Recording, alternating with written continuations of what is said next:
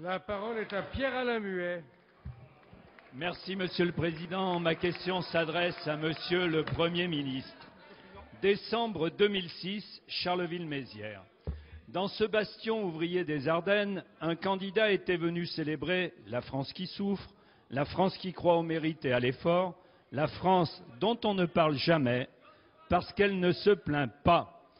Il avait alors tout promis: une meilleure indemnisation des chômeurs, la sécurité sociale professionnelle, une fiscalité écologique, le plein emploi et, pour faire bonne mesure, que personne ne soit d'ici 2 ans, disait-il, obligé de dormir sur le trottoir et d'y mourir de froid. Depuis 5 ans, pas un seul de ces engagements n'a vu le jour. Dans ce discours,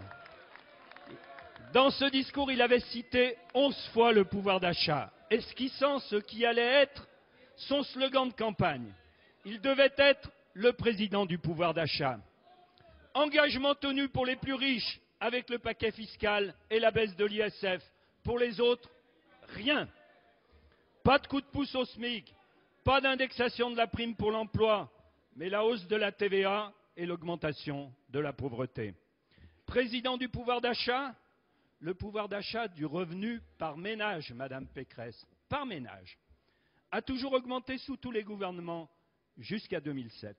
C'était 0,9% de hausse par an sous Chirac, 2,2% de hausse par an sous Jospin, 0,3% de hausse sous Balladur et Juppé.